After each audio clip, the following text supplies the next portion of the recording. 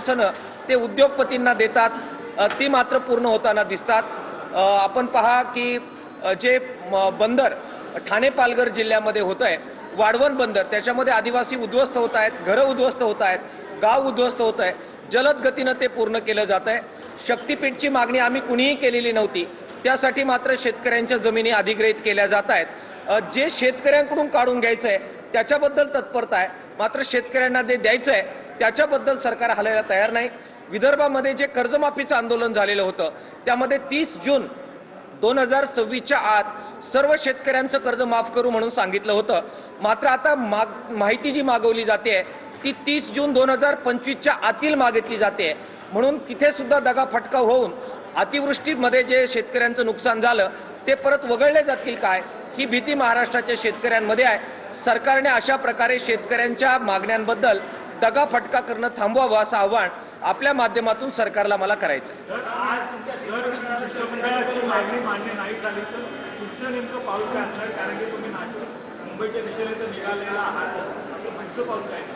शेतकरी चालायच्या तयारीने आलेले आहेत।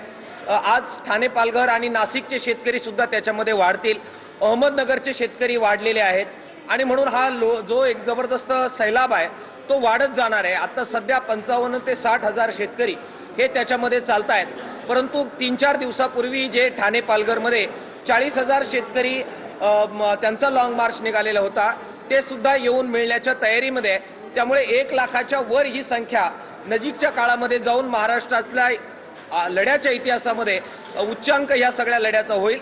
ती वेळ सरकारने आमच्यावर आणू नये असं आवाहन सरकारला आम्हाला करायचं। सर, मुद्दा असा आहे की ज्या पण तुमच्या मागण्या ज्या सरकारपुढे तुम्ही मांडताय, लोकशाही मार्ग तुम्ही म्हणजे निषेध व्यक्त करण्यासाठी पायी मोर्चा देखील काढला, मात्र एक गोष्ट तुम्ही बघितली का, काल ज्या पद्धतीने कचरा घाटाच्या पहिले जी ट्रॅफिक जाम झाली ती लोक 12-12, 8-8, 10-10 तास कारमध्ये बसून होते, लहान मुलांचे हाल झाले, कुटुंबामध्ये हाल झाले, याकडे सरकारचं नियोजन कोलमडलेलं पाहायला मिळालं का? त्या संदर्भात देखील तुम्ही म्हणजे स्थानिकांना सहकार्य करण्याची तरी मोर्चा करणं अपेक्षा असंच बोलताय लोक? त्या सगळ्या ट्रॅफिकमध्ये ज्यांना त्रास झाला ती आमचीच सगळी माणसं आहेत। प्रचंड वेदना आम्हाला त्यांच्या सगळ्या त्रासाबद्दल वाटतायत। मात्र या महाराष्ट्रामध्ये जे ट्रॅफिक जाम शेती क्षेत्रामध्ये झालेलं आहे आणि त्याच्यामुळे अक्षरशः हजारो आत्महत्या आपण झालेल्या पाहतो आहे। त्या ट्रॅफिक जॅमचं काय करायचं? तो ट्रॅफिक जॅम महाराष्ट्राचं सरकार काढणार आहे की नाही आहे? जी आश्वासनं महाराष्ट्राच्या सरकारने आदिवासींना दिली त्याच्या अंमलबजावणीमध्ये पण मोठा ट्रॅफिक जॅम 3 वर्षापासून आहे।